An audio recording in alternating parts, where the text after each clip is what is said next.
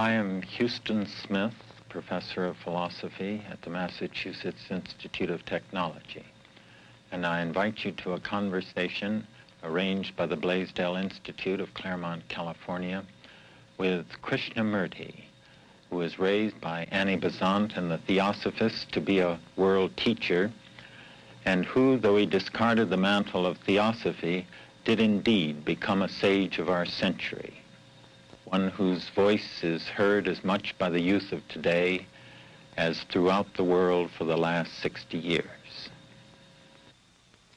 Krishnamurti, it may be that this morning I will have only one question, which in one way or another I'll be coming back to in various ways. In your writings, in your speaking, time and again you come back to this wonderful little word, lucid and lucidity.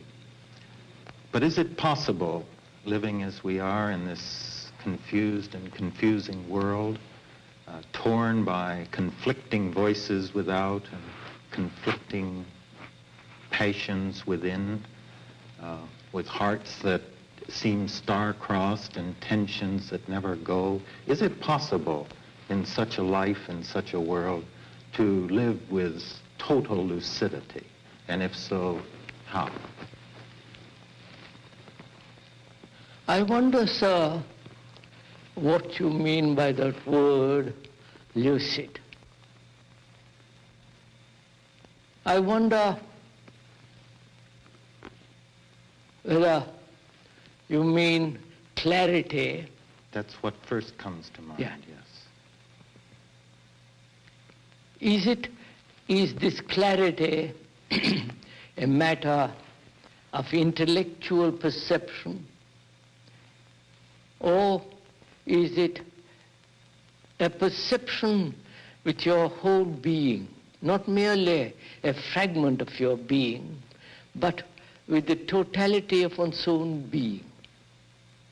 Certainly has the ring of the latter. It's the latter. So it is not fragmentary. Therefore, it's not intellectual or emotional or sentimental.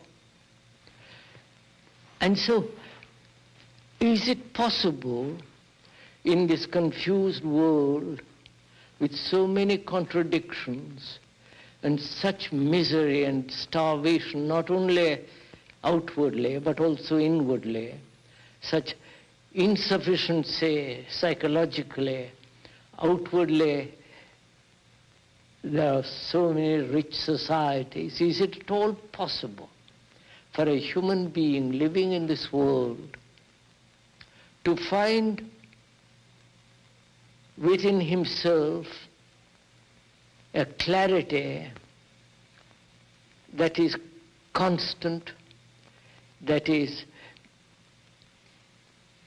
true in the sense, not contradictory? Is it possible for a human being to find it? That's my question. Your question. I don't see why not. I don't see why it shouldn't be found by anybody who is really quite serious. Most of us are not serious at all. We want to be entertained. We want to be told what to do. We want someone else to tell us how to live, what this clarity is, what is truth, what is God, what is righteous behavior, and so on. Now, if one could discard completely all the authority of psychological specialists as well as the specialists in religion, if one could really deeply negate all authority of that kind, then one would be relying totally on oneself. Well, now I feel like maybe right off I'm contradicting what you're suggesting, because my impulse after you've said that it seems to you that it is possible to achieve this lucidity, my impulse is to ask you immediately, how? Wait, sir. But you say, am I looking to authority if I do that? What is necessary is the freedom from authority, not the how. The how implies a method, a system, a way trodden by others, and someone to tell you, do this, and you will find it. Now, are you saying with this that it's an inappropriate question to ask you how this lucidity is to be achieved? No, not at all, sir. But the how implies that. The how implies a method, a system. And the moment you have a system and a method, you become mechanical. You just do what you're told. And that's not clarity. It's like a child being told by its mother what it should do from morning till night. And therefore it becomes dependent on the mother or the father, whatever it be, and there is no clarity. So, to have clarity, the first essential thing is freedom. Freedom from authority. And I feel in a kind of bind because this freedom is attractive too, and I want to go towards that. But I also want to pick your mind and ask you how to proceed. Am I moving away from my freedom if I ask you how to proceed? No, sir, but I'm pointing out the difficulty of that word, the implication of that word, the how. How, yes. Not the one is wandering away from freedom or any other thing of that kind, but the word how implies intrinsically a mind that says, please tell me what to do. And I ask again, is that a mistaken question? Is that a wrong question? I should think that's a wrong question, the how. But rather if you say, what are the things, the obstructions that prevent clarity, then we can go into it. But if you say right from the beginning, please, what is the method? There have been dozen methods, and they've all failed. They have not produced clarity or enlightenment or a state of peace in man. On the contrary, these methods have divided man.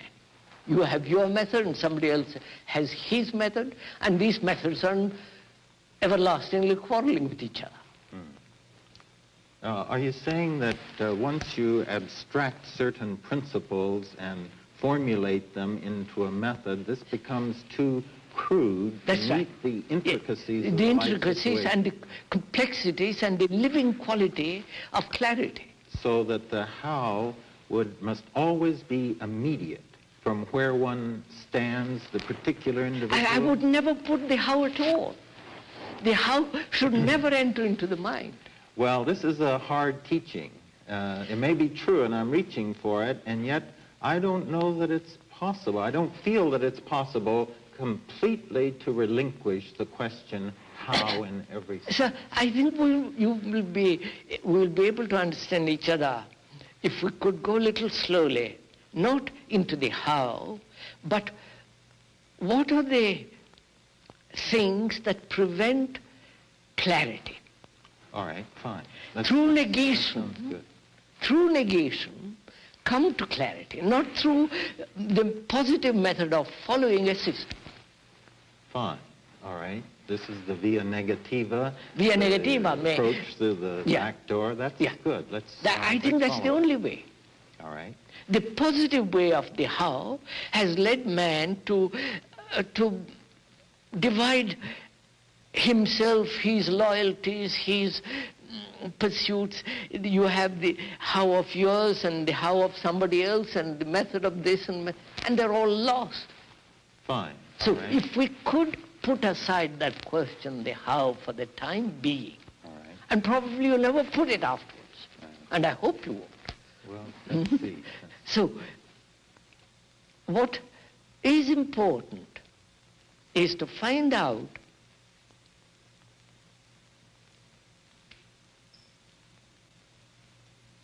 what are the obstructions, the hindrances, the blocks that prevent clear perception of human anxiety, fear, sorrow, and the ache of loneliness, the utter lack of love and all that.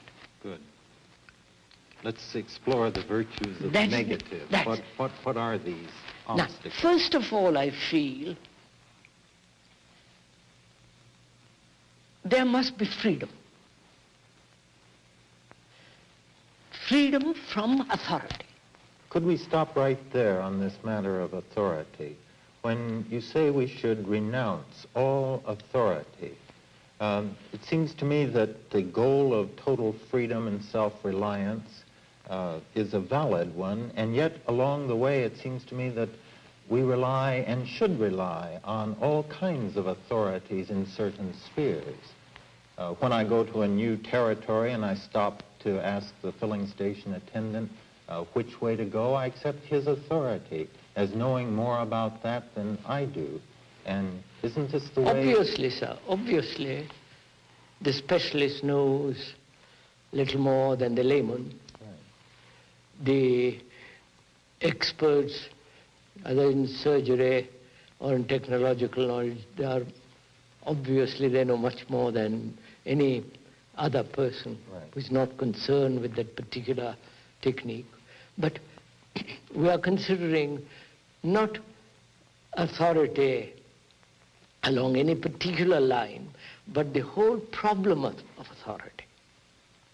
And in that area is the answer to understand the areas in which there is specialized authority, which we should accept. We should accept, but and also where perceive authority them- is detrimental. Yes. Authority is destructive. All So right. there are two problems involved in this question of authority. There is not only the authority of the expert, let's call him for the moment, All right. which is necessary, but also the authority of the man who says, psychologically, I know you don't. I see. So This is true, this is false. You must do this and you must not do that. So one should never turn over one's life to anybody. anyone else.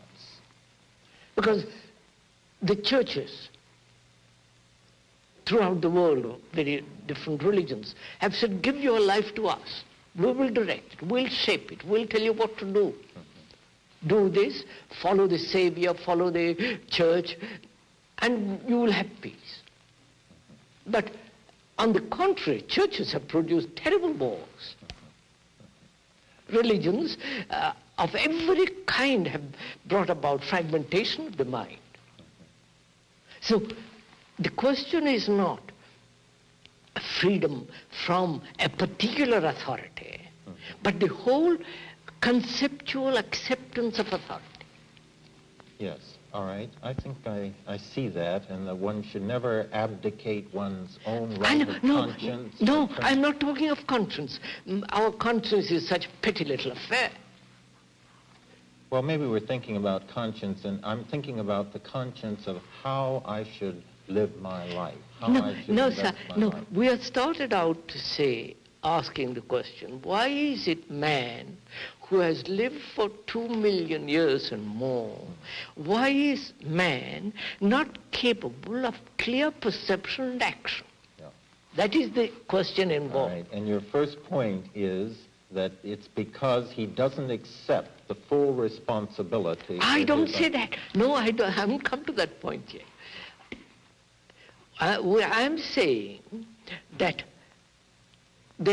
as we said, we must approach this problem negatively, which means that I must find out what are the blockages, The obstacles, yes. obstacles, which prevent clear perception.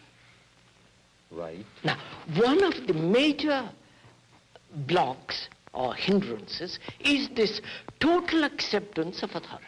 All right, fine. So be ye lamps unto yourselves. That's right. This is what So you must be a light to yourself. Very good. All And right. to be a light to yourself, you must deny every other light, which, however great that light be. Whether Never- it be the light of the Buddha or X, Y, Z. Yeah, perhaps accept it here or there, but nevertheless you retain the say-so as to where an insight might be valid and No, sir, appropriate. no. Never accept... it seems- My own authority. What authority have I? My authority is the authority of the society. I am conditioned to accept authority. When I reject the authority of the outer, I accept the authority of the inner. And my authority of the inner is the result of the conditioning in which I have been brought up. All right, I thought I had this in place, and I guess perhaps I still do. The only point that I'm not quite sure about at this point is, it seems to me, while assuming, accepting, affirming, and maintaining one's own freedom You and can't, sir, What's wrong? how can a prisoner accept ideologically or theoretically, accept he is free? He is in prison. And that is the fact from which we must move. I see. Not All right. accept a vague, fantastic, ideological freedom which doesn't exist. What exists is that man has bound to this total authority. All right, and this is the first thing that we must Absolutely. see and must remove or rise above. Completely that must go. For a man who is serious, who wants to find out the truth or see things very clearly. All right, fine. Now, another? You were That going is to- one of the major points. And the demand of freedom, not only from authority, but the demand from fear, All right, which this- makes him accept authority. Right. That seems true also. And so beneath the craving for authority is Is a fear. which we Yeah. look to authority That's right. to free. And so the fear makes man violent. Not only territorial violence, but sexual violence and different forms of violence. Yeah. All right. So, authority, the freedom from authority implies the freedom from fear. All right. And the freedom from fear implies the cessation of every form of violence. If we stop violence, then our fear recedes. No, sir. It's not a question of recession, of fear.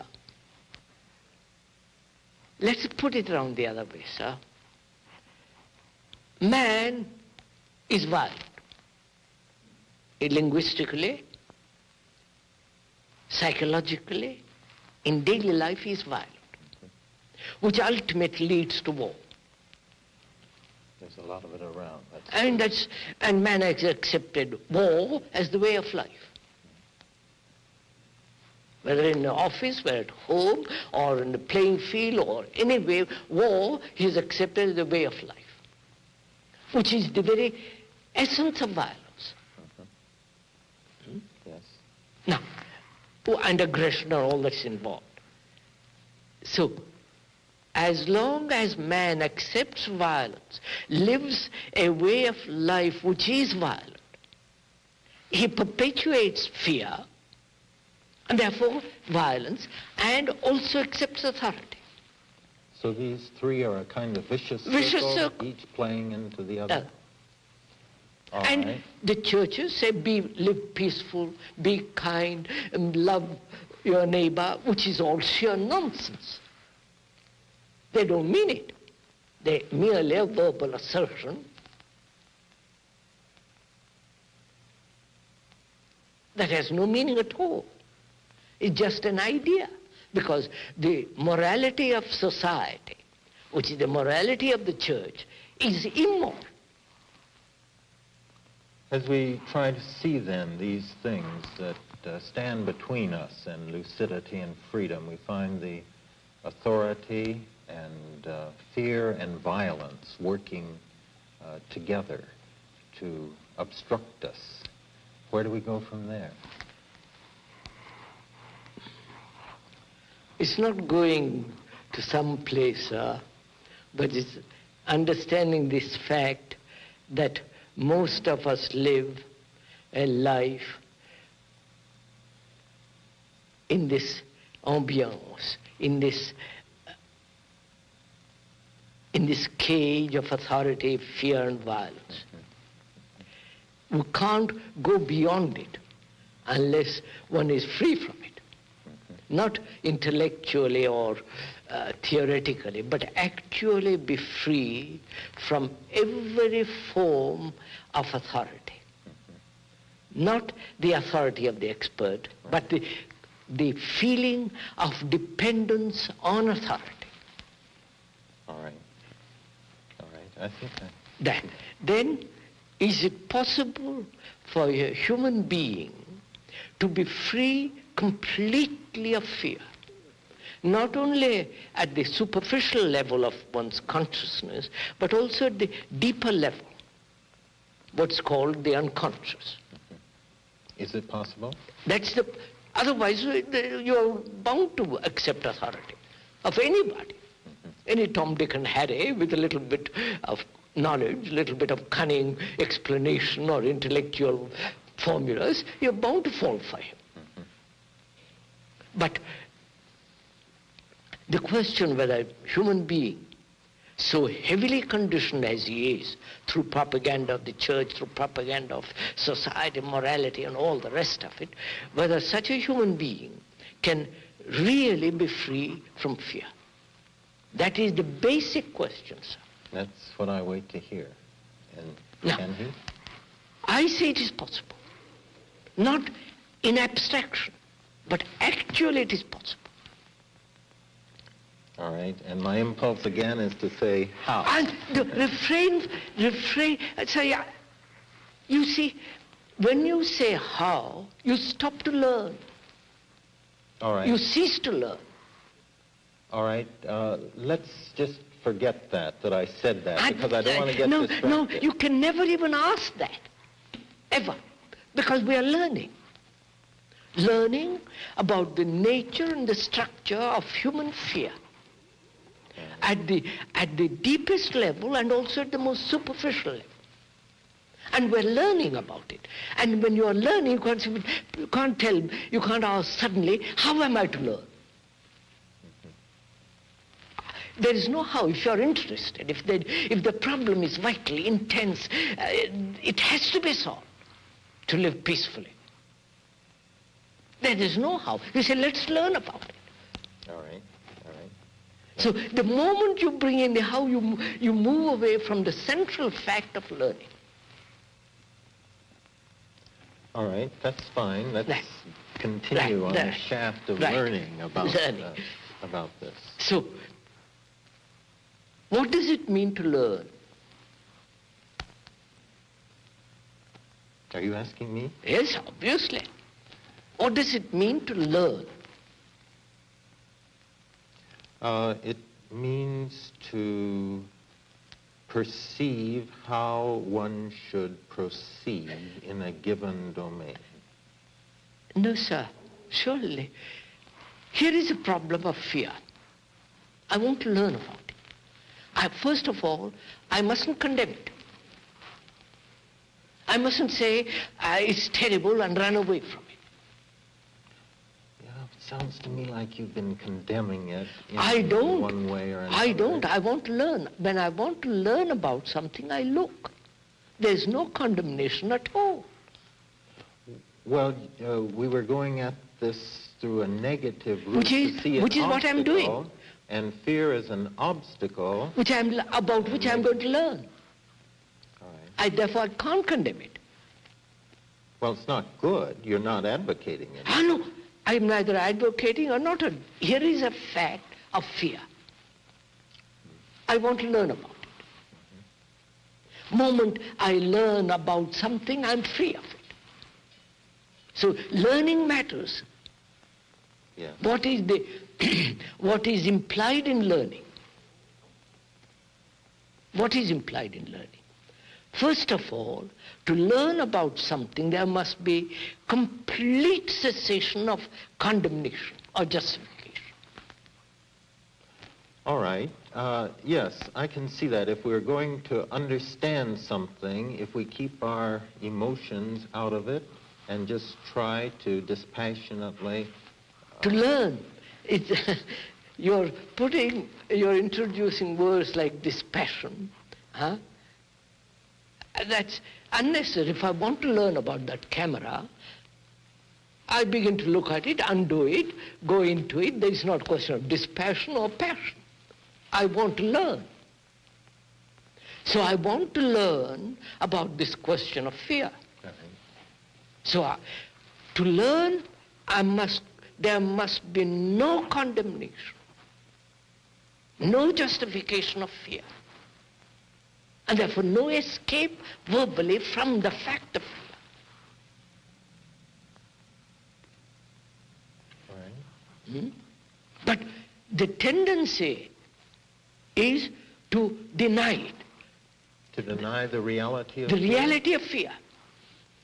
The reality that fear is causing all these things. To deny by saying, I must develop courage. So, please, we are going into this problem of fear because it's really a very important question.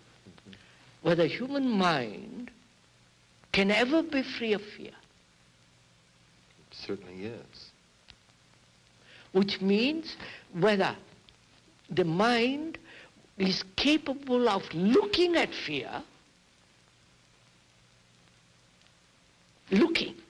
not in abstraction, but actually at fear as it occurs. Facing fear. Facing fear. Right. All right. No. We should do this, and I agree with you No, that we can't to look, deny to it. face it, no condemnation. All right. No justification. Simply being Aware, truly objective. aware of fear. Acknowledging. Not, I don't acknowledge it. There is the camera there. I don't acknowledge it. It is there. All right. I don't want to distract our line that's of why, thought with please, these words. that's why one has to be awfully careful of words, because the word is not the thing. Therefore, I don't want to move away from this. So, to learn about fear, there must be no condemnation or justification. All right. That's fact. Then the mind can look at fear. What is fear? There are every kind of fear.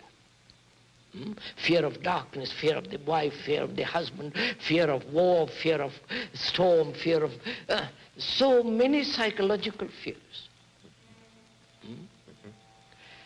And you cannot possibly have the time to analyze all the fears. That would take the whole lifetime. By then you have not even understood any fear. Right. So it's the phenomenon of fear itself rather than any specific... Any particular fear. Right. Now, what should we learn? Wait, I'm going to show you, sir. Go slow. Now, to learn about something, you must be in complete contact with it. I want to look, sir. I want to learn about fear. Therefore, I must look at it. I must face it. Yes. Now, to face something implies a mind that does not want to solve the problem of fear. To look at fear is not to solve the problem of fear. Now, I have really examined, look, confused. this is very important to understand. Because then, if I want to solve fear, I'm more concerned with the solution of fear than facing fear. A moment ago, though, we were saying we should face. I am facing it. But if I say I must solve it, I am beyond it already. I'm not looking. You say that if we're trying to solve the problem of fear, then we're not truly facing it. Is that right? Quite right, sir. You see, to face fear, mind must be completely, must give its complete attention to fear. And if you give partial attention, which is say, I want to solve it and go beyond it, you're not giving complete attention. I can see that if you have a split attention Of course, while you're not that's fully very- attentive. So, in giving complete attention to the learning about fear, there are several problems involved in it. I must be brief because our time is limited. We generally consider fear as something outside us. So there is this question of the observer and the observed. The observer says, I am afraid, and he puts fear something away from me. I'm not sure that that's true. When I feel afraid, I am afraid. I feel it's very much in here. Yes, in here. But The when you cause may be it. but when you observe it, it is different. When I observe fear, then I there tend is- to put it out. Put it outside. Well, again, that doesn't seem quite right, because it certainly, So even when I'm well, all thinking right. of it. At the moment of fear, there is neither the observer nor That's the true. observed. That is very true. That's what I'm Yes. saying. At the crisis, at the moment of actual fear, The experience there is of neither the observer. There is no observer. It fills the horizon. Now, Yes. the moment you begin to look at it, face it, there is this division. Between the fearful self and the Non-fearful the self. bear who's going Yeah, to eat me out yeah. there. So And there it yeah, is. all right. So in trying to learn about fear, there is this division between the observer and the observed. Now, is it possible to look at fear without the observer? Please, sir, this is really quite intricate question and complex question. That's going to go, one has to go into very deeply. As long as there is the observer who is going to learn about the fear, there is a division. That's true. We're not in full contact with it. That's true. Therefore, in that division is the conflict of trying to get rid of fear, justified fear. So, is it possible to look at fear without the observer? So that you are completely in contact with it all the time. Well, then you're experiencing fear. I wouldn't like to use that word experience, because experience implies going through something, finishing with it. All right. I don't know what word you... It seems better than looking at, because looking at does seem to Therefore, imply a distinction between observer and we are observed. using that word observing, being aware of fear without choice, which means the choice implies the observer choosing whether I don't like this, I like this. Therefore, the observer is when the observer is absent, there is choiceless awareness of fear. All right. Right. Then what takes place? That's Not the whole sure. question. All right. The observer creates the linguistic difference between himself and the thing observed. Language comes in there. Therefore, the word prevents being completely in contact with fear. Yes. Yeah. Words can be a screen. Yes, that's all, Screening us. that's all what we are saying. All right. So the word mustn't interfere. True. All right. We have to get beyond that. Beyond the word. All right. But is that possible to be beyond the word? Theoretically we say yes, but we are slave to words. Far too much so, yes. I mean, it's True. obvious, we are slave to words. All right. So the mind has to become aware of its own slavery to word, realizing that the word is never the thing. Right. So the mind is free of the word to look. All right. That's all implied. So look, I want to understand, I mean, the relationship between two people, husband and wife, is the relationship of images. Obviously. I mean, there's no dispute about it. Right. You have your image and Yes. she has her image about you. The relationship is between these two images. Now, the real relationship, human relationship, is when the images don't exist. In the same way, the relationship between the observer and the observed ceases when the world is not. Yes, that brings So us. he is directly in contact with fear. All right. We pass through the True. screen. There it into is. immediate- There is fear. Yes. Now, there is fear at the conscious level, which is one can understand fairly quickly. But there are the deeper layers of fear, so-called at the hidden parts of the mind. Yes. To be aware of that. All right. Now, that means, is it possible to be aware without analysis? Analysis takes time. Right. Surely it's possible. How? Not the how of method. You said surely it's possible. Is it? There is this whole reservoir of fear. Of the fear of the race, fear of the whole content of the unconscious. The content is the unconscious. All right. All right. Now, to be aware of all that, which means not through dreams. Again, that takes too long. Now you're talking about whether we can be explicitly aware of the full reach of mind. Yes, full content reach of the mind, which is both the conscious as well as the deeper layers. The totality of consciousness. Yes. And can we be explicitly aware of all of that? Of all of that. I'm not sure. I say it is possible. It is only possible when you are aware during the day what you say, the words you use, the gestures, the way you talk, the way you walk, what your thoughts are. To be completely and totally aware of all that. Do you think all of that can be Yes, before sir. you in total awareness? Absolutely. When there is no condemnation and justification. When you are directly in contact with it. It seems to me that the mind is sort of like an iceberg with No, regions is it- of it.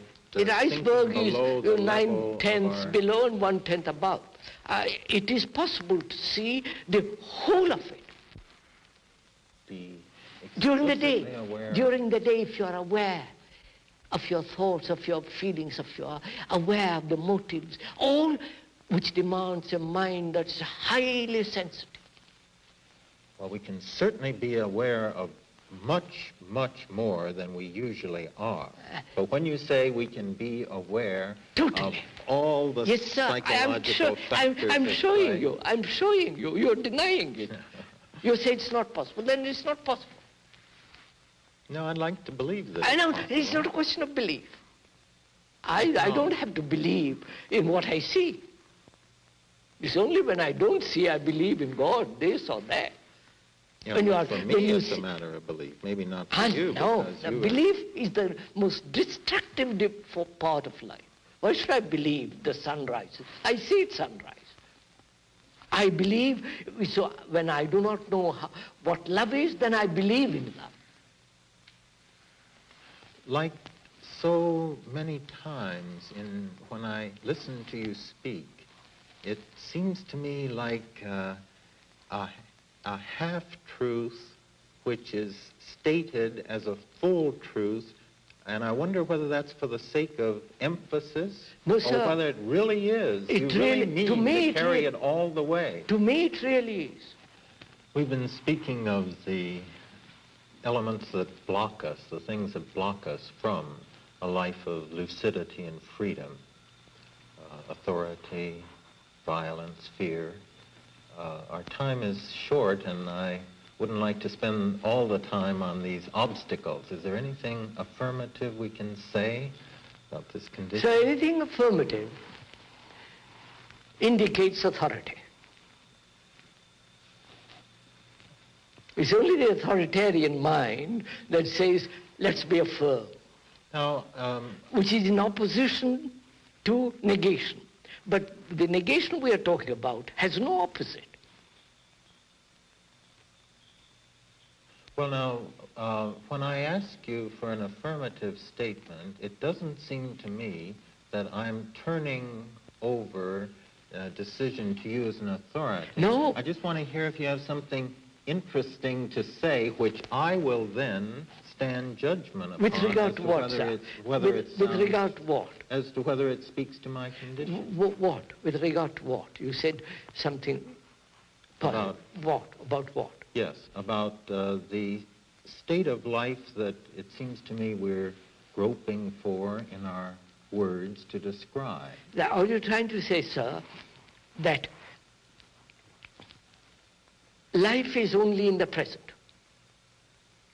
In one sense, I think that's true. Right. Is that what are you trying to? I'm asking you. Is this what you are asking? Is life to be divided into the past, present, and future, which becomes fragmentary, and not a total perception of living? Well, again, as so often, it seems to me that the answer is both and. In one sense, it is a unity, and it is present, and the present is all we have.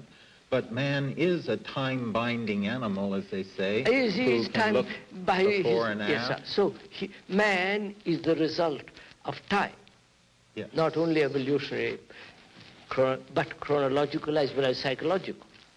Yes.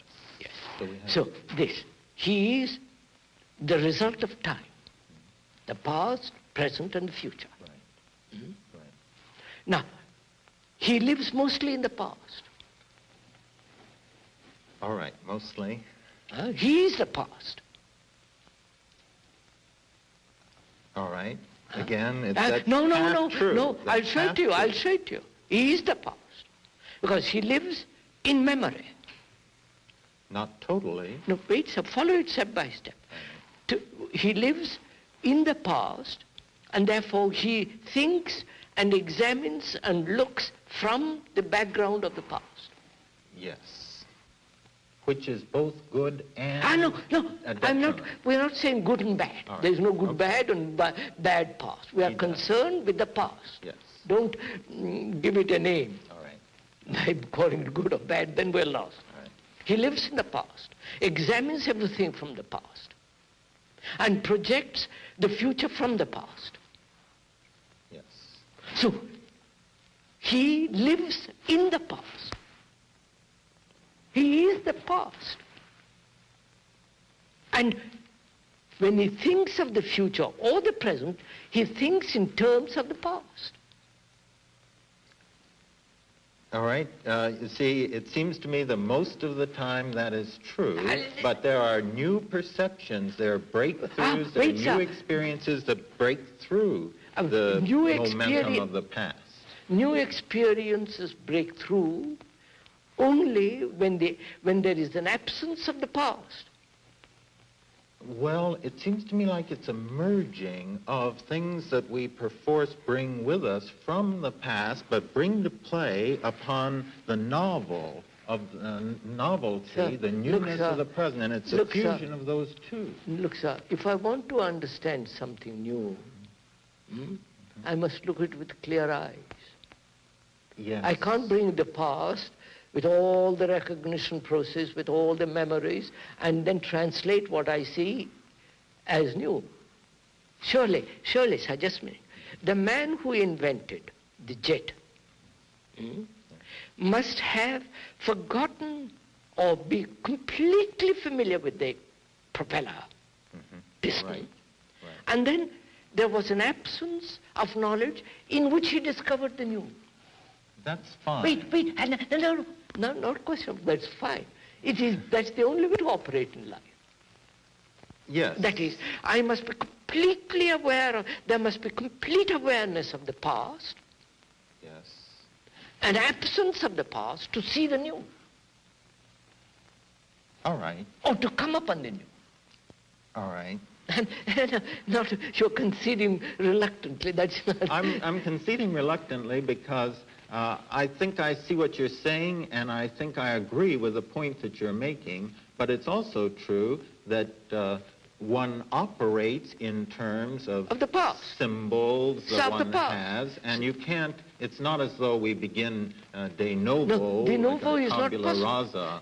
But we have to begin de novo because the life demands it. Because we have lived in this way, accepting war, hatred, brutality, competition, and anxiety, guilt. All that we have accepted that. We live that way. And I am saying, to bring about a different quality, a different way of living, the past must disappear. We must be open to the new. Therefore, Absolutely. the past must have no meaning. That I can't go along with. That is what the whole world is objective. The established order says, I can't let go for the new to be. And the young people, throughout the world, say, let's revolt against the old. But they don't understand the whole complications of it. Because they say, but what have you given us? Except examinations, job, and the repetition of the old pattern. War and favorite wars, wars. Well, you're pointing out, it seems to me, the importance of not being slaves to the past. And that's so true, and I don't want to in any way... Past being the tradition, past being the pattern of morality, which is the social morality, which is not moral. But at the same time, there's only one generation, namely ourselves, that separates the future generation from the caveman. And if what I agree. were to be totally rescinded, then we would start right back. No. To break through the past demands great deal of intelligence, a great deal of sensitivity to the past. Yeah. You can't just break away from it. Okay, I'm content. That's fine. All right. So, the problem really, sir, is, can we live a different way? Here. Right. A different way in which there are no wars, no hatreds, in which man loves man, without competition, without division. We say you are a Christian, you are a Catholic, you are a Protestant, you are this. That's also immature. There's no meaning. Well, I think it's an intellectual, sophisticated division. And that's not a religious mind at all. That's not religion. A religious mind is a mind that has no hatred, that lives completely without fear, without anxiety, in which there is not a particle of antagonism. Therefore, that a mind that loves, that's a different dimension of living altogether. And nobody wants that. And in another sense, everybody wants that. But they won't go after it. They won't go after And of course, and they're distracted by so many other things. They're so heavily conditioned by their past, they hold on to it. Well, I think there's some who will go There after are it. very few. The numbers doesn't The matter. minority, How many? so the minority is always the most important thing. Krishnamurti, as I listen to you and try to listen through the words to what you're saying, it seems to me that what I hear is first that I should work out, and each of us should work out his own salvation, not leaning on authorities outside. Second, not to allow words to form a film between us and actual experience, not to mistake the menu for the meal. And third, not to let the past swallow up the present, take possession through responding to it through conditionings from the past, but rather to be always open to the new, the novel, the fresh. And finally, it seems to me you're saying something like the key to doing this is a radical reversal in our point of view. It's as though we were prisoners straining at the bars for the light and looking for the glimpse of light we see out there and wondering how we could get out towards it, while actually the door of the cell is open behind us. If only we would turn around, we could walk out into freedom. This is what it sounds to me like you're saying. Is this? A little bit, sir, a little bit. All right. What else? What other than that? Or if you want to amplify. So, surely, sir, in this is involved the everlasting struggle, conflict. Man caught in his own conditioning, Yes. and straining, struggling, beating his head to be free. Yes. So, and again, we have accepted, with the help of religions and all the rest of the group, that effort is necessary. That's part of life. To me, that is the highest form of blindness, of limiting man to say you must everlastingly live in effort. And you think we don't have to? Not I think, it is, so it's not a question of thought. Thought is the most... All right. Let's delete those two words and just say we don't have to. But to live without effort requires the greatest sensitivity and the highest form of intelligence.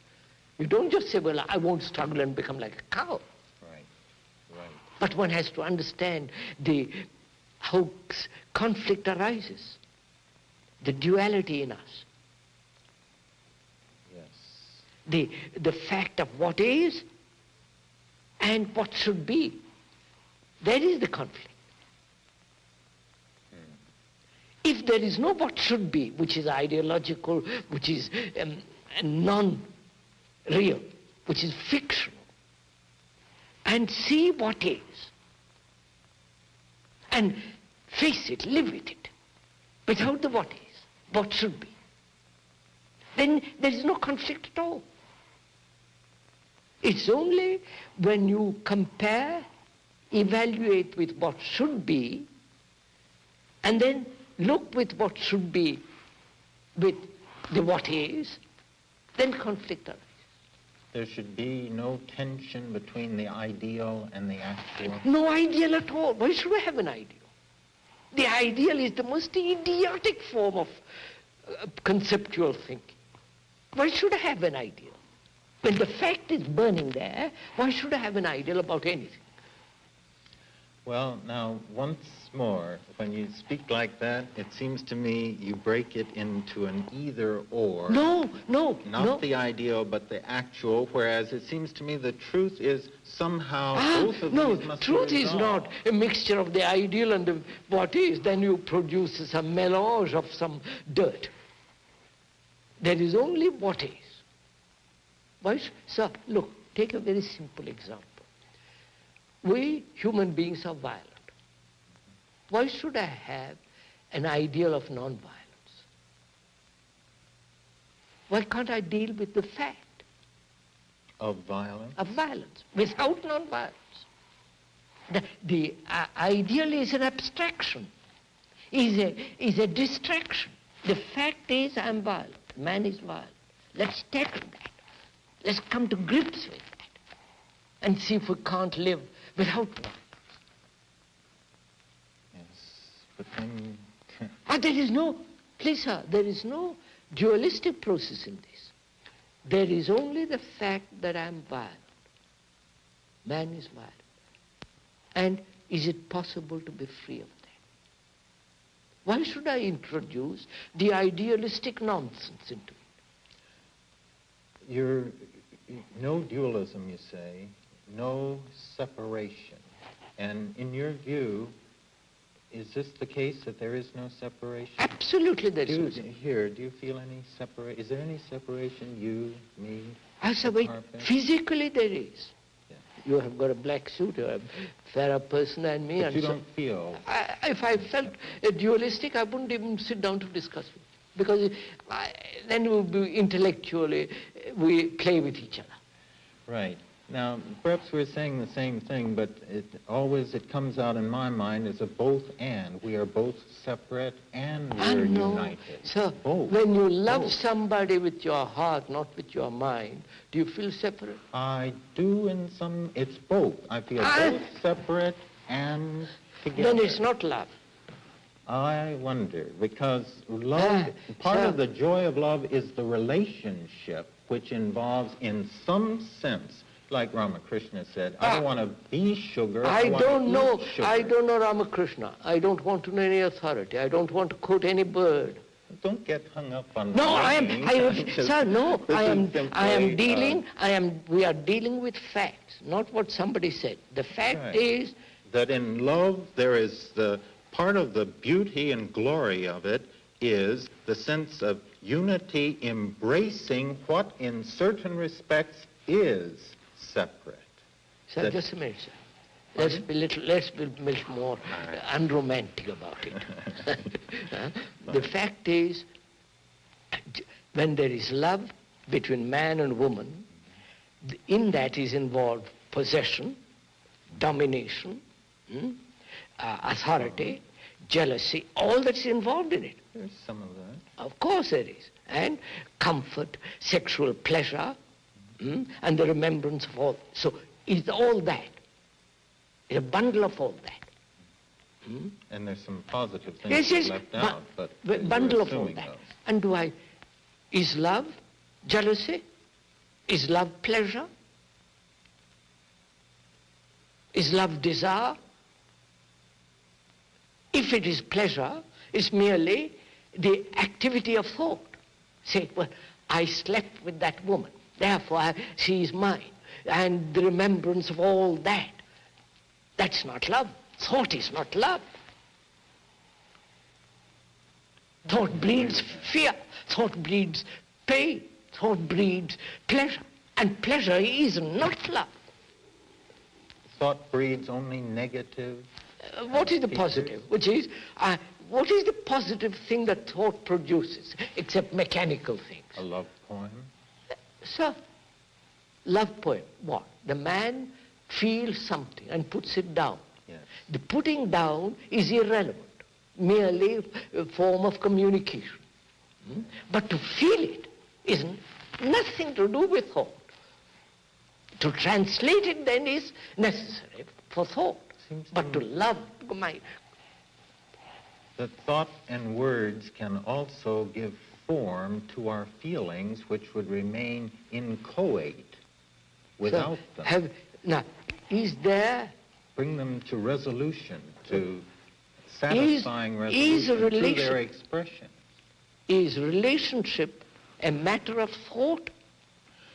Not only, but thought can contribute to a relationship.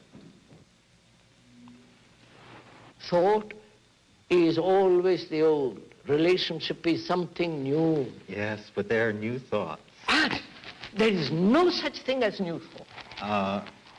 Forgive me to be so emphatic, no, I but like that. I don't think there is a new thought. There is no thought in free. Thought can never be free, because thought is the response of memory. Thought is the response of the past. When a great poet comes through with the right words to articulate a new perception, nobody has before, not even God, has thought of those particular words. That's a mere matter of a cunning gift of putting words together. But what we are talking about... Noble trait. And that's a minor Poetry thing. is a great contribution. No, sir, that's a minor thing. The major thing is to see the beauty of life. True. And to see the immensity of it, and to love.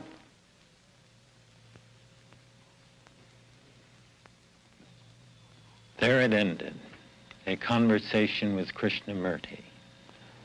But what ended was only the words, not the substance, for Krishnamurti was speaking, as always, of that life that has no end and no beginning.